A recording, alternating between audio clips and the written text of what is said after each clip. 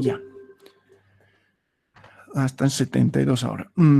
Ya, empezaremos entonces la clase y más que todo el capítulo que nos tocaría ver es los datos generales o estudios, aquí está, estudios básicos para la elaboración del proyecto, ¿no? Que son estos, ¿no? Pero antes de empezar a eso, como le estaba diciendo, veremos lo que tendrían que ser antes de esto, un capítulo 1 que es los antecedentes. ¿A qué se refiere los antecedentes? ¿Ya? Es un breve resumen de sus aspectos más importantes del lugar de estudios. En este caso de Yaguarú, qué aspectos importantes tiene, por ejemplo, qué lugar está ubicado. Es un resumen, pequeño resumen de su lugar de estudio, ¿ya? Eso se refiere a los antecedentes. ¿Cuál es el objetivo de su proyecto? ¿Cuál creen que es su objetivo de su proyecto? A ver si alguien me puede contestar. ¿Sería realizar un ¿Cuál es alcantarillado el objetivo? sanitario para la población?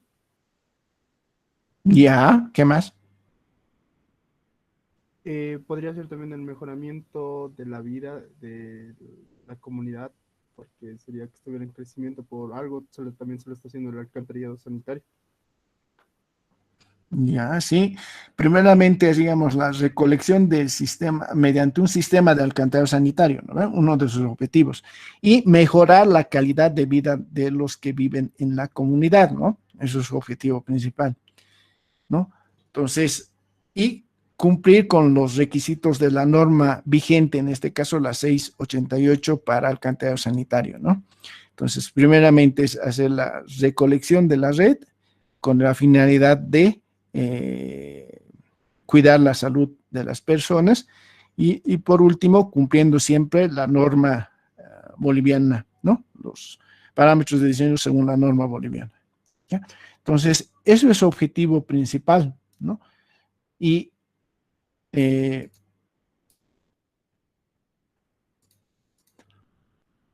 esta parte tendrían que explicar ese objetivo principal, ¿no? El segundo capítulo son datos del proyecto. Y en ese punto, por ejemplo, dice ubicación del proyecto y vamos a explicar punto por punto en ese aspecto. ¿Ya? Veremos aquí. A ver.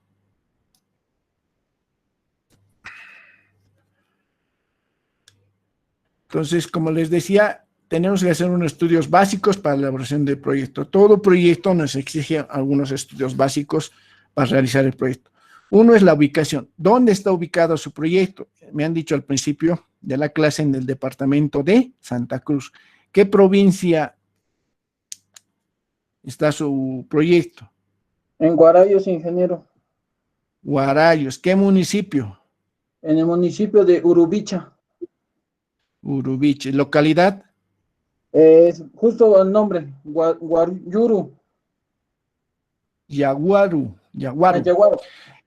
Yaguaro, eso. Entonces, en esta parte, la ubicación del proyecto tienen que poner en qué departamento se encuentra, qué provincia se encuentra, qué municipio y qué localidad, ¿no? Entonces, esos aspectos me interesan aquí. Y una vez que han colocado todos esos datos, tienen que señalar qué fuente. En este caso, fuente puede ser INE, digamos, ¿no? Del 2012, digamos, ¿no? La fuente de donde han recopilado esa información. Es necesario que coloquen esa información y que de dónde han sacado esa información, ¿no? Y, por ejemplo, tu compañero, ¿de dónde ha sacado esa información, por ejemplo? Del INE, ¿no ve? O no sé, del Google, no sé. Sí, del INE es acá, para tener los datos. Del INE. Ya Sí. ve, entonces, fuente INE, año 2012, censo 2012, por ejemplo. Ubicación geográfica, ¿a qué se refiere? La latitud, longitud y altura a que se encuentra el proyecto, ¿no? El tercer punto, que es datos demográficos, este punto es lo más importante, por si acaso, para su proyecto. Entonces, este punto, señálense en su, wow, escriban, que es un punto bien importante para su proyecto, ¿no? Que son los datos demográficos.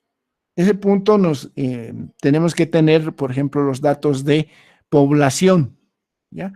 Población del censo 2001, en el censo 2012, y en función de eso proyectar al año 2021, después desde 2021 proyectar al año de diseño que vamos a realizar. Pero en esta parte nos interesa la población. ¿Cuánto es su población para el año del censo, digamos, 2002? ¿Cuánto es su población y cuánto es su índice de crecimiento para esa población? Entonces, esos dos datos nos interesan demasiado. ¿Para qué? Para poder determinar el caudal de diseño, ¿no? O el caudal medio, más que todo, primero, y después el caudal máximo y después el caudal de diseño, ¿ya? Entonces, sin ese dato de población, índice de crecimiento, no podemos calcular. Entonces, una de las cosas importantes que tienen que averiguar inmediatamente es esto, datos demográficos.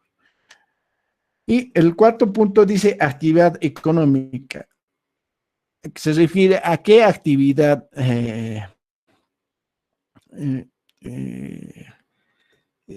la comunidad tiene, ¿no? ¿A qué actividad económica tiene? Por ejemplo, puede dedicarse a la agricultura, ¿no? Para, por ejemplo, de la soya y otros, ¿no? Ganadera puede ser, no sé. Eso hay que averiguar y la fuente tienen que describir, ¿no? Todos los datos de estos que hemos dicho con su fuente. Y en su índice, perdón, descartar, ponemos ya. En su índice hay un punto más que no está aquí, servicios generales. ¿A qué se refiere a los servicios generales? Se refiere a qué servicios tiene. Por ejemplo, puede tener luz, en este caso la electricidad, agua potable, alcantarillado, pueden tener pozos ciegos, no sé. Lo que se refiere a colegios, todos los servicios generales que tiene la población, ¿no? Eso es lo más importante. Después tendríamos el tercero, características físicas de la región de estudio, que vamos a explicar aquí. No sé si tienen alguna pregunta respecto a ese punto. Respecto al INE, he estado buscando un poco y no te da mucho como población, más te da como el municipio en general, los datos. Ya, ¿y cuánto vas a encontrar de la población, más o menos? De la población en lo que se refiere a por Google son aproximadamente 2.215 habitantes, solo como la población del lugar. En INE como municipio lo considera 7.026, el total. Ya, averigüen eso, pues más o menos es 2.300 y fracción, por si acaso, ¿ya? Yo ya tengo los datos de eso y ya sé que existe eso. Busquen esos valores, pero les digo, está por alrededor de 2.300 hasta 2.400, más o menos por ahí está la población, ¿ya? De su resto, ya. También averigüen el índice es importante por si acaso. Otro punto importante son las características físicas de la región de estudio. Uno de los puntos importantes es la temperatura mínima, media y máxima, ¿ya? Este dato pueden conseguir según CENAMI, por ejemplo, ¿no? Proximidades de la región o en la misma región, si es que tuviese. Dirección de vientos predominantes. Este punto es importante también determinar. Estadística de precipitación pluvial, la mínima, media y máxima, y la altura sobre el nivel del mar a que se encuentra. Todos estos datos hasta aquí podrían encontrar según CENAMI, ¿no? Ahora, ¿para qué necesitamos estos datos? Me pueden decir. Entonces, por ejemplo, la temperatura nos sirve más que todo para el diseño de la planta de tratamiento, ¿ya? ¿Por qué les digo eso? Porque no es lo mismo hacer una planta de tratamiento para, digamos, una temperatura mínima de 2 grados o 4 grados que para una temperatura de 16 promedio, estamos hablando, ¿no? De 16, 18 grados centígrados o 20 grados centígrados. El tratamiento no es lo mismo, ¿ya? va a cambiar en función de la temperatura que tengamos para realizar el tratamiento. Entonces, es un punto importante, por ejemplo, la temperatura, saber la temperatura. Y como les he dicho, ahora los proyectos de alcantarillado sanitario están enlazados a la planta de tratamiento. Si uno hace la recolección a la red del sistema de alcantarillado sanitario, necesariamente tiene que tener la planta de tratamiento, ¿ya? Entonces, nos sirve ese dato para ese aspecto, por ejemplo. La dirección de los vientos es igual importante porque para la ubicación de la planta de tratamiento, ¿no? En función de la dirección de los vientos, ubicamos la planta para que no afecte a otras comunidades, por ejemplo, ¿no? La estadística de precipitación pluvial. Esto nos sirve más que todo para hacer su alcantarillado pluvial también. Y si es que tuviéramos un sistema combinado, ¿qué quiere decir? Tendríamos alcantarillado sanitario y pluvial al mismo tiempo, entonces nos serviría para el diseño, ¿no? Y por último, la altura sobre el nivel del mar. Este dato tendría que ser georreferenciado para poder hacer, que se llama, tener las curvas, en este caso relativas, y realizar su proyecto de alcantarillado, ¿no? Es importante la altura sobre el nivel del mar. Para eso se hace un estudio topográfico que vamos a ver posteriormente, ¿ya? Otro de los estudios que se ve, a ver, permítame, antes de ver, veremos esto también, que hemos visto características físicas, temperatura, dirección de vientos predominantes, estadística, precipitación pluvial y altitud media. Dentro de esos estudios de soporte, como estaba explicando, está la topografía. Si bien aquí no está explicado porque yo ya le estoy proporcionando la topografía, pero es un punto importante para realizar su proyecto. Sin la topografía no lo podemos realizar el proyecto. Entonces, para el estudio topográfico se debe realizar un levantamiento del área que vamos a diseñar. El levantamiento deberá ser plano y altimétrico, ¿ya? Mediante poligonales cerradas. ¿Por qué pedimos poligonales cerradas? ¿Por qué no pedimos poligonales abiertas? A ver, por ejemplo, alguien si me puede explicar eso. Ustedes en topografía 1 han llevado eso. ¿Por qué se pide una poligonal cerrada y no abierta? Puedo hacerlo una poligonal abierta, pero ¿por qué estoy pidiendo una poligonal cerrada?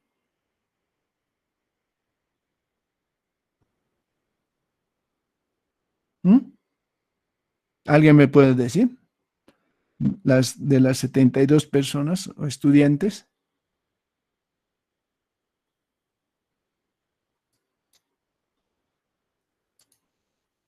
¿Nadie? ¿Por qué se pide una poligonal cerrada? ¿Por el área? Por el área me estaban respondiendo en el chat, no. Por la precisión, David Colque. Y Palle, ¿qué me estabas diciendo? Perdón, no te escuché muy bien. Por la precisión, dije. Por la precisión, es lo correcto. Para tener una precisión mucho mejor, se pide una poligonal cerrada para no arrastrar errores en este caso, ¿ya? Entonces, por esa razón, se pide una poligonal cerrada. Ustedes cuando sean o cuando ya estén realizando los proyectos, al topógrafo que van a contratar le tienen que decir, yo quiero un levantamiento de todo el sector, por ejemplo, del sector que estamos viendo, de todo este sector, y esta poligonal quiero que me hagas una poligonal cerrada. Con eso determinas una precisión. Si es abierta, no vas a poder saber el error que están cometiendo, ¿no? Entonces, por eso es importante una poligonal cerrada, ¿ya? Se debe efectuar el levantamiento tomando los puntos los más representativos, en este caso también los puntos más bajos de depresión, los puntos más altos, los anchos de vía, por ejemplo, las avenidas principales, después las aceras, otro punto importante, después los cambios de dirección, cambios de pendiente y todo eso, ¿no? Entonces, para eso es una poligonal cerrada. Y una poligonal abierta también se hace para los puntos no tan representativos, digamos, ¿no? Entonces, para lo más importante, una poligonal cerrada, y para cosas de no mucha importancia, poligonal abierta puede ser. No hay mucho problema en ese sentido. Después, se pide una nivelación cerrada también, eso por la precisión. Se arrastra de la cota de un punto de BM o basemar, ¿no? Ustedes saben que es necesario arrastrar un punto para poder tener unas cotas relativas en este caso. No, perdón, absolutas, no relativas, absolutas, ¿no? Y le pedimos que en nuestros planos nos en una escala 1 a 1000 o una 2000. En sí, el proyecto al topógrafo le pedimos escala 1 a 1, pero para presentación de su proyecto, por ejemplo, para la parte planimétrica o planialtimétrica, se les pide una escala 1 a 1000 o una 2000. ¿A qué nos referimos? Digamos, este plano para la presentación tendría que ser una escala 1 a 1000 o una 2000, ¿ya? Donde tendría que estar todos los puntos, los ejes, las cámaras de inspección, la longitud, pendiente y diámetro de cada tubería, su dirección de flujo y todo eso, ¿no? Entonces, por eso se pide a esa escala, ¿ya? Y los perfiles longitudinales en horizontal 1 a 1000 y en vertical 1 a 100, o 1 a 2000 o 1 a 200, ¿ya? Estas escalas, anótense bien igual. Para su proyecto tienen que ser estas escalas para realizar su proyecto. Ya cuando ploteen tendrían que estar referidos a estas escalas que estamos diciendo. No uno a, digamos, en algunas ocasiones tenía 1 a 500, digamos, 1 a 3000, digamos. ¿Por qué lo han hecho así? Para que entre en una hoja, digamos, correspondiente, ¿no? Un tamaño de hoja. Entonces, las escalas que estoy diciendo ya son por norma, es 1 a 1000 y 1 a 2000 en planimetría, y en perfiles horizontal 1 a 1000 y en vertical 1 a 100, ¿no?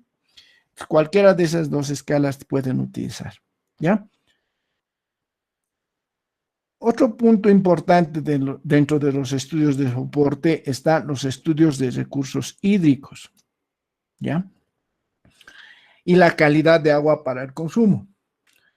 Este punto es muy importante, ¿ya? Porque si no tenemos una calidad de agua y cantidad de agua, no podemos realizar nuestro proyecto de alcantarillado sanitario, ¿no? En este estudio tenemos que tomar en cuenta las principales fuentes de abastecimiento de agua potable, y se deben realizar estudios hidrológicos o hidrogeológicos que permitan garantizar el abastecimiento de agua potable actual y futuro, ¿no? Entonces, ¿es importante este estudio que tengamos? Sí, porque, como les decía, si digamos para los 10 primeros años tenemos agua y para los otros posteriores 10 ya no tenemos agua, entonces nuestro sistema ya no va a funcionar, porque el sistema que estamos utilizando o que vamos a realizar es con la ayuda de agua, ¿no? Entonces, es necesario determinar la cantidad de agua que necesitamos, tanto actuales y futuros, ¿no? Y para eso es necesario hacer un estudio hidrológico o hidrológico, ¿no? O hidrogeológico, perdón. Uno es la cantidad y otro es la calidad. ¿A qué nos referimos a la calidad? Se tiene que hacer un análisis físico, químico y bacteriológico del agua para consumo, y se realiza de acuerdo a normas nacionales. ¿Cuál es la norma que se utiliza para determinar la calidad del agua? Y se debe incluir un informe y recomendaciones del laboratorio responsable. A ver, ¿alguien me puede decir qué norma es? Ustedes en Sanitaria 1 han visto. NB Sí, 512, Inge. 512. ¿Qué parámetros son los principales? Por lo menos, a ver, menciónenme. Que no haya Parámetros físico-químicos. coliformes, digamos, como E. coli, que no haya esa respecto a las... Eso es bacteriológico. Para el físico-químico, al pH, ¿no? pH. pH, después conductividad. Inge, tal vez Es el color, el no sé. color también. La Está bien el dureza, color. la dureza, Dureza, sí, está bien la dureza. ¿Qué más? Ingeniero, ¿podría ser la alcalinidad total? La alcalinidad total también. ¿Qué más? Tal vez el olor, Inge, no tiene que presentar. Olor también. Sí.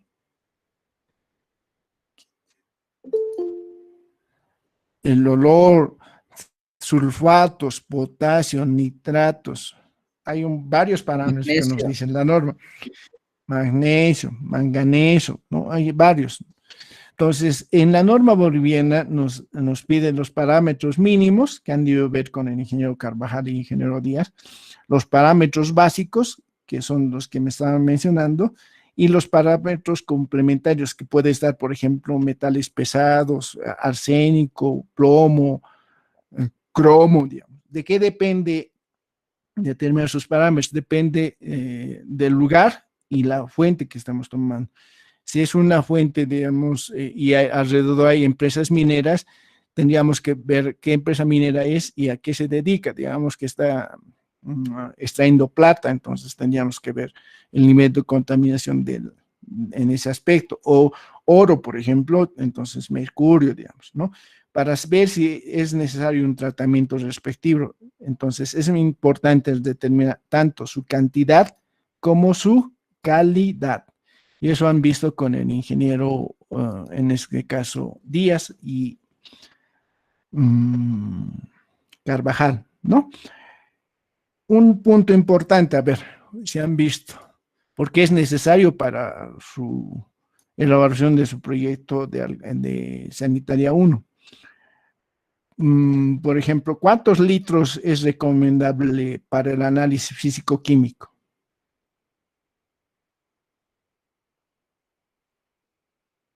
Para hacer el análisis en laboratorio. ¿Cuántos litros de agua son necesarios?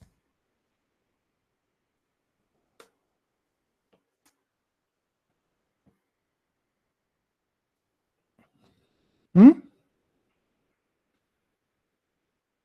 1 litro, no, más de 1 litro.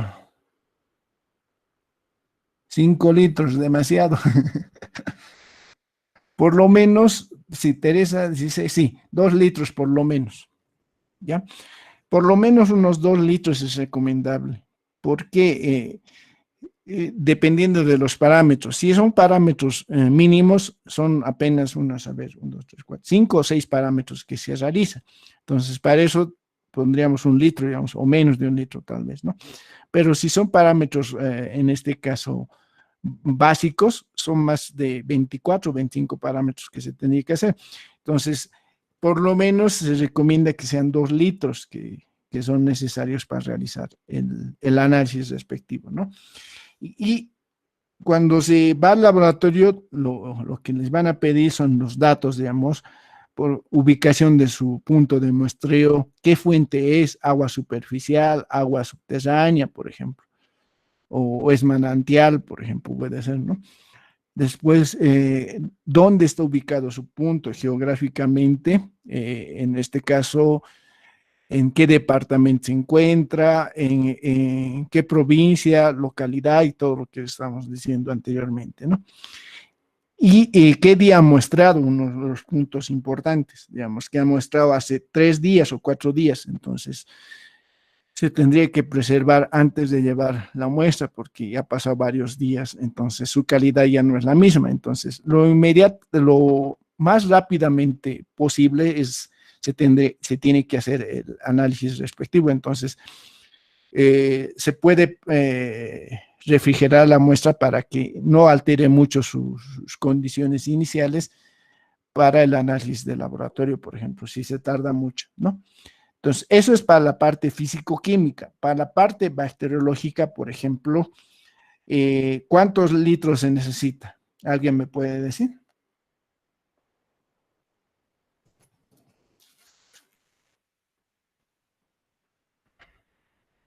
Para la parte bacteriológica.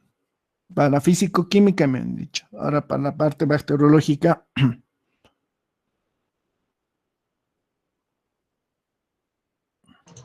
Inge, creo que es 1 litro, si no me equivoco.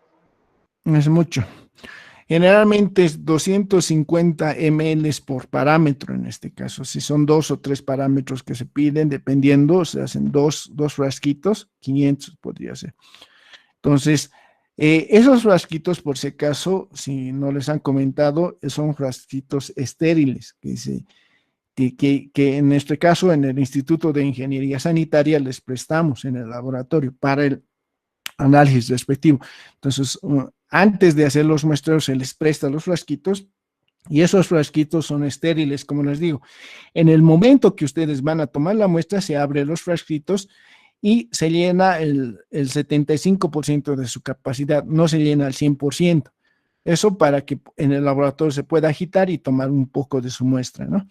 Entonces, en el laboratorio, en este caso en el instituto, te dicen de dónde vas a tomar la muestra, si va a ser un agua superficial, o va a ser un manantial, o si va a ser un agua residual, por ejemplo. También se analiza agua residual. Entonces, en función de eso, te prestamos un frasquito estéril y te decimos que tienes que llevar al laboratorio dentro de un periodo de tiempo correspondiente. ¿Ya? Entonces, por lo menos es unos 250, 500 ml que se llevan, ¿no? Pero, como les decía, son frasquitos estériles que se proporcionan, en este caso, en el instituto, ¿no? De sanitaria en el laboratorio, ¿ya? Entonces, esos puntos son importantes para este punto, ¿no? Que serían los estudios de recursos hídricos, ¿no? Es importante determinar su cantidad y su calidad. Como les decía, si no tenemos una cantidad de agua suficiente en el futuro, digamos, van a tener problemas porque ya no va a servir nuestro sistema de alcantarillado. Si no es un agua consumible, te tendrá que tal vez hacer que en este caso los tratamientos respectivos para que sea potable, por ejemplo, ¿no? Esos son los puntos importantes para el estudio de soporte. Entonces, hemos visto el estudio de soporte topográfico, que como les decía en su proyecto ya lo tiene. Los estudios de recursos hídricos, que se refiere a la calidad de agua y calidad de agua de consumo. Aquí tienen dos estudios de fuentes de abastecimiento y análisis físico-químico. Entonces, en este punto, en este capítulo, solamente tienen que mencionar las aguas superficiales y las aguas subterráneas cercanas al lugar de estudio, ¿ya? Entonces, como les digo, solamente mencionar, ¿ya? Las aguas superficiales, ¿ya? Porque no vas a tener un estudio hidrogeológico, un estudio hidrológico, ¿ya? Entonces, en ese punto solamente mencionan qué tipo de agua tienen, superficial, subterránea y a qué distancia se encuentra, por ejemplo, si es que encuentra. Y en el análisis físico-químico tendrían que hacer un análisis del agua o de la fuente que tienen alrededor, pero no van a tener ese dato. Entonces, lo único que tienen que colocar son los valores guía de calidad de agua potable de la norma 512. En este caso, los parámetros básicos que estamos diciendo, ¿ya? Que lo que me han dicho sus compañeros, pH, conductividad, turbiedad, sólidos, calcio, dureza, manganeso, nitratos, sulfatos, potasio, ¿qué más hay? Cloruros, ¿no? Son los parámetros, por ejemplo, de calidad. ¿Cuánto es el parámetro de pH, por ejemplo, ¿no? ¿Entre qué valores se encuentra? La turbiedad, ¿entre qué valores se encuentra para que sea considerado un agua de consumo, ¿no? Entonces, es copiar de la norma los valores de, en este caso, de los parámetros básicos, ¿ya? Y por último, dentro de los estudios de soporte están los estudios geotécnicos, que vamos a ver. Aquí. Estudio geotécnico. Este punto es muy importante, el estudio geotécnico, y se realiza siguiendo el trazado de la red de alcantarillado sanitario, y se debe realizar el estudio de suelos tendientes a evaluar sus características más importantes.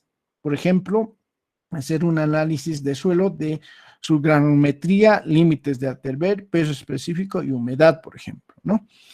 Entonces, es necesario realizar ese análisis para determinar qué tipo de suelo tenemos, ¿no? Eh, Otro punto importante es, por ejemplo, si es agresivo el suelo, con indicadores de pH, conductividad, sulfatos y cloruros, ¿no? Por ejemplo, en Oruro los suelos generalmente son ácidos y tendríamos problemas en cuanto a si tenemos tuberías de hormigón, por ejemplo, o toda armadura, tendrían problemas a la corrosión, por ejemplo, ¿no? Entonces se tendría que determinar la agresividad del suelo. Otro, determinar la presencia de aguas subterráneas. Es un punto igual importante, determinar su presencia de aguas subterráneas, a qué nivel se encuentra, ¿no? Y determinar la capacidad portante del suelo.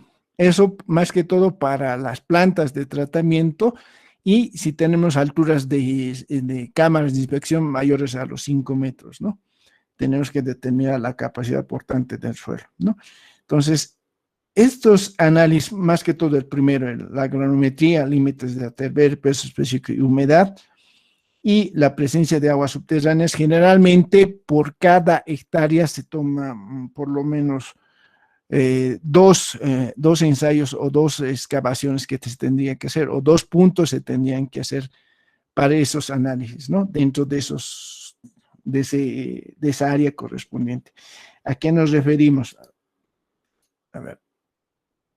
Digamos que todo esto es una hectárea, entonces tendríamos que hacer un punto aquí, otro punto aquí, depende de nosotros, otro punto aquí. Digamos que aquí es otra hectárea, entonces aquí haríamos aquí y aquí, ¿ya?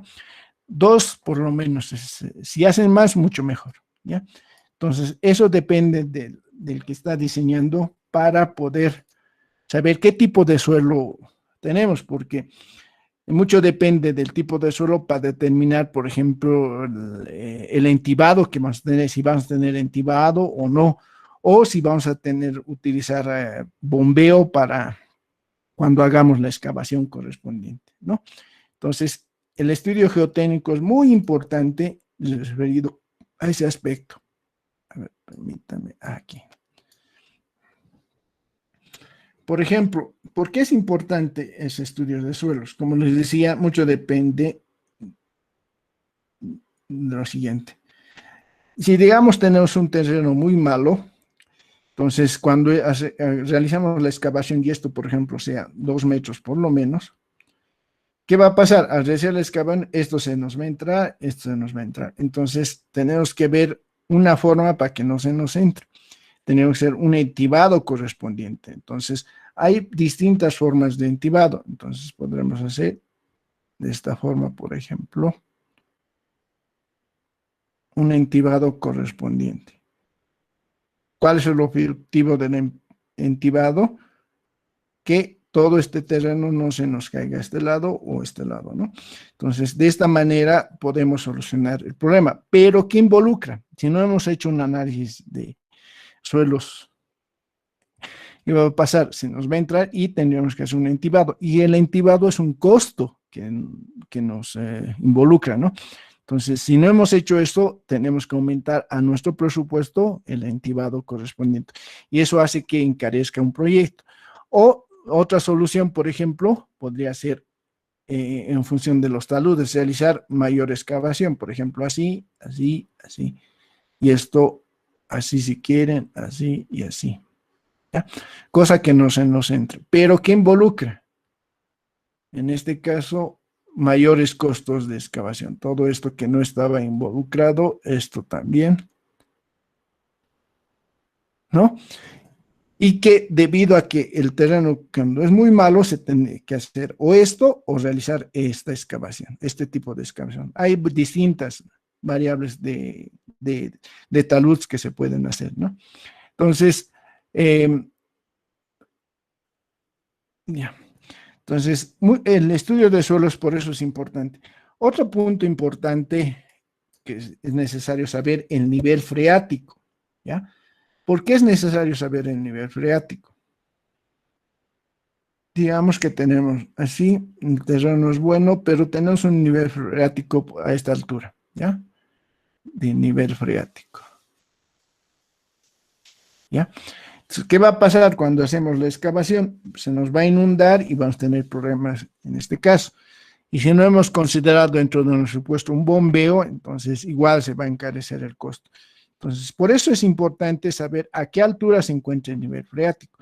Y como sabemos, realizando pozos de inspección o pozos para obtener el tipo de suelo que tengamos, ¿no? Y como les decía, hay que hacer los pozos en distintos lugares para saber cómo es la topografía y al realizar la excavación no tengamos problemas, ¿no? Entonces, por eso es importante el estudio de suelos, ¿ya? Ahora, ¿cómo solucionamos cuando tenemos un nivel freático y tenemos que bombear y no podemos trabajar? Lo que se hace es lo siguiente. Digamos, tenemos un nivel freático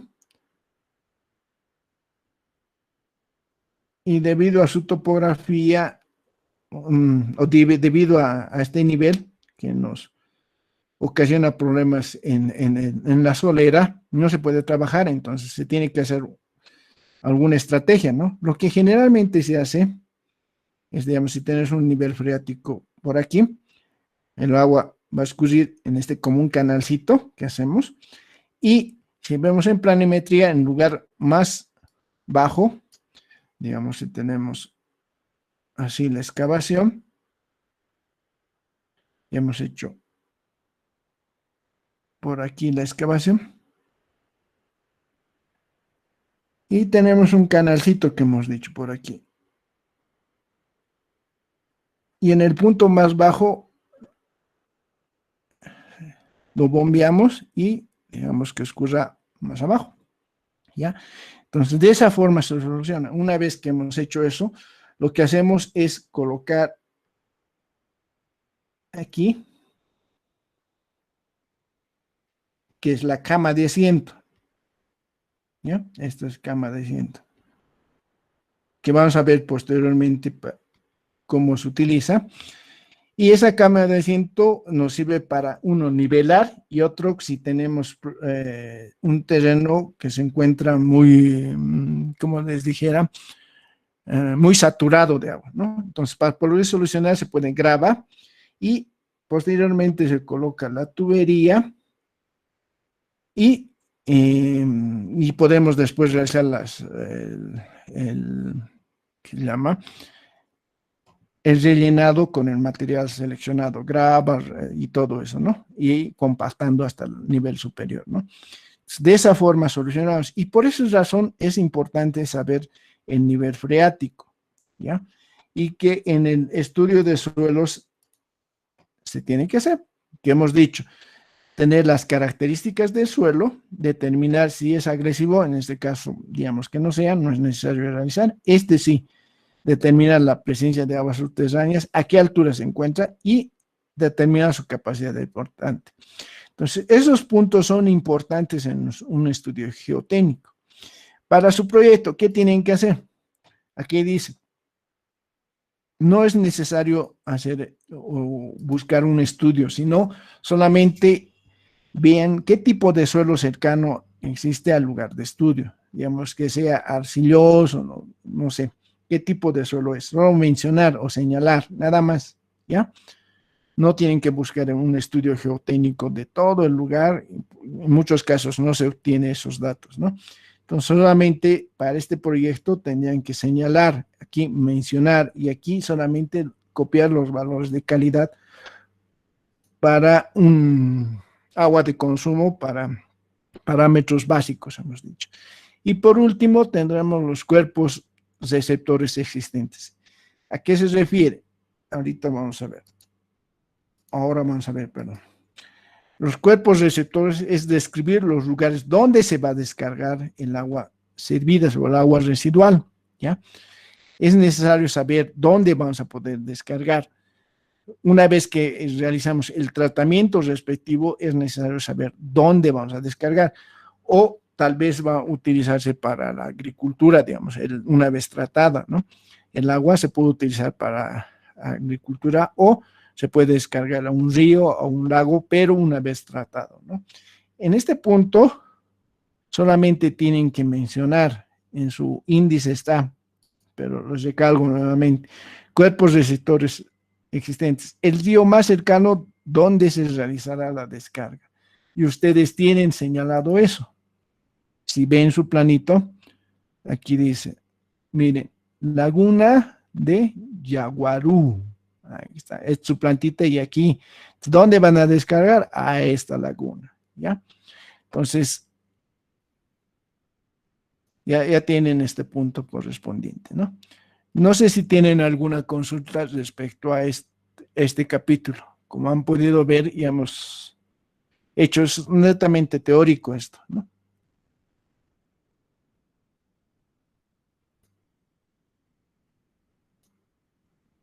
No sé si hay consultas respecto a este punto.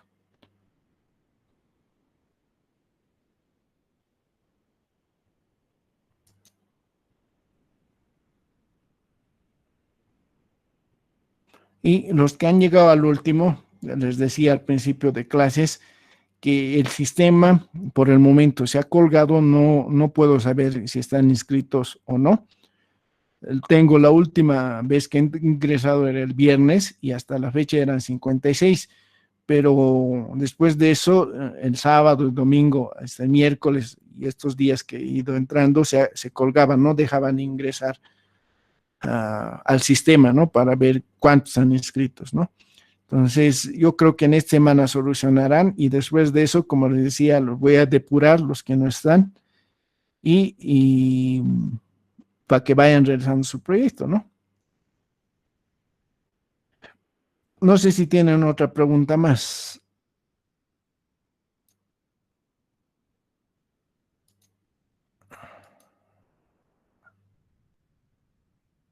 ¿Ninguna?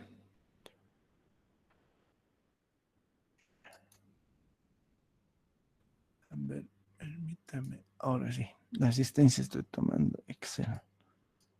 Listo, ya está grabado. Vayan terminando o vayan haciendo su proyecto, como les decía, ya hemos hecho un capítulo más.